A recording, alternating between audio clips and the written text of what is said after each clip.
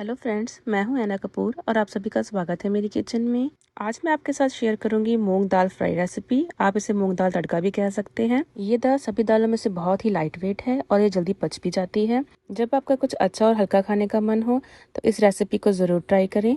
तो चलें गाइज, इस रेसिपी को स्टार्ट करते हैं। मैंने यहाँ पर कढ़ाई ले ली है और मैंने उसमें 3 चम्मच ऑलिव ऑयल डाला है। आप चाहें तो देसी घी भी यूज़ कर सकते हैं। मैंने यहाँ पर मीडियम साइज़ का प्याज लिया है और इसे छोटा छोटा डाइस किया है। इसी के साथ मैं 1 टेबलस्पून सॉल्ट ऐड कर दूँगी। सॉल्ट ऐड करने से क्या होता है कि जो प्रोसेसिंग होती है वो थोड़ी फास्ट हो जाती है और जो प्याज हैं वो जल्दी पक जाते हैं। तो मैंने साथ ही इसमें जिंजर एंड गार्लिक कूटा हुआ ऐड किया है, मैंने उसे कूट लिया था। अब इसमें थोड़ी सी हल्दी ऐड कर दें। मैंने 1 टीस्पून हल्दी ऐड की है इसमें और इसे अच्छी तरह से मिक्स कर लें। और अभी टाइम है टोमेटोज़ ऐड करने का। मैंने इसमें टोमेटोज़ ऐड किए हैं और तब तक टोमेटोज़ को पकाना है जब तक जो ऑयल है वो सेपरेट नहीं हो जाता।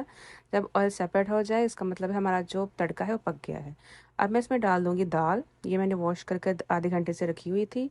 तो अगर आपने नहीं भी पहले से भिगोई तो कोई बात नहीं, आप तभी धोकर उसे इंस्टेंटली डाल सकते हैं। तो इसे अच्छी तरह से मिक्स कर लें और जितना पानी चाहिए आपको उस हिसाब से आप इसमें पानी ऐड कर दें। दाल की कंसिस्टेंसी आप अपने हिसाब से रख सकते हैं। मुझे जितना चाहिए मैंने उतना ऐड किया और अभी इसे मैं 10 मिनट के लिए ढककर पकाऊंगी और 10 मिनट के बाद हम इसे चेक करेंगे। दाल बहुत अच्छी बनकर तैयार हो गई है। अब इसमें हाफ़ टेबल स्पून जो गरम मसाला ऐड कर दें, इससे टेस्ट बहुत ही अच्छा आता है दाल का। मैंने MDH का गरम मसाला यूज़ किया है। अगर आपके पास होममेड है तो आप वो यूज़ करें। इसे कोरिएंडर के साथ गार्निश कर दें। दाल हमारी बनकर रेडी है और अभी इसे और अच्छा प्रेजेंट करने के लिए मैं ऊपर से इसे तड़का लगाऊंगी। तो यहाँ पर ले 1 बड़ा चम्मच देसी घी, उसमें ऐड कर दे छोटा चम्मच क्यूमिन सीड्स, साथ ही जिंजर, साथ ही गार्लिक और एक ड्राई रेड चिली और थोड़ी सी ग्रीन चिली। और यहाँ पर मैंने रेड चिली पाउडर यूज़ किया है। मैंने देगी मिर्च जो पाउडर होता है वो यूज़ किया है कलर के लिए। और हमारा तड़का बनकर तैयार है।